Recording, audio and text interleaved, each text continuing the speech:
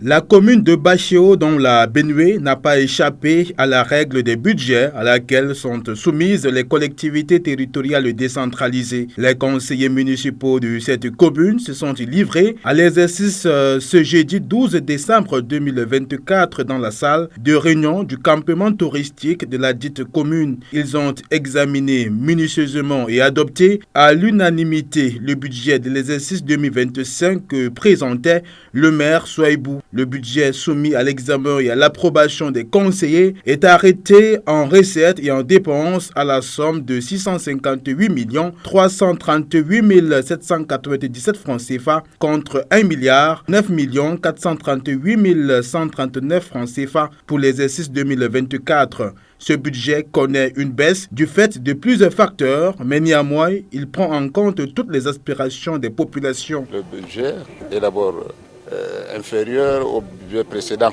du fait de non-consacration d'un important budget par l'État dans le cadre de la décentralisation à cette jeune commune. Néanmoins, je connais cette commune dynamique avec peu de moyens.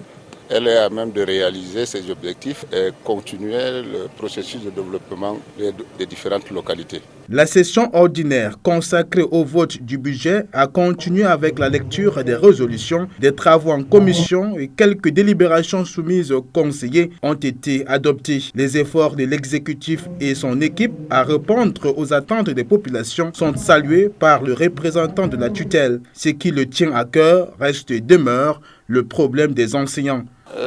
Nous avons 47 écoles publiques dans notre unité administrative.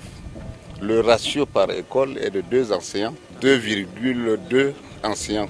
Donc nous constatons ensemble que ce nombre d'enseignants dans les différentes écoles ne sont pas à même d'accompagner ces élèves qu'on en a vraiment nombreux dans ces localités. Nous sommes surpris comme le maire de constater que chaque année, il y a des mouvements des enseignants qui font partir les nôtres, mais sans être remplacés. C'est un constat réel, c'est amer. Pour l'exercice 2024, les priorités de Souaïbou et son équipe n'ont pas changé, à savoir continuer dans la même lancée avec les projets sociaux et tous les domaines seront pris en compte, surtout l'épanouissement de la jeunesse. Ceci est conditionné par le travail en équipe et le soutien de tous. Les projets prioritaires restent et demeurent l'éducation.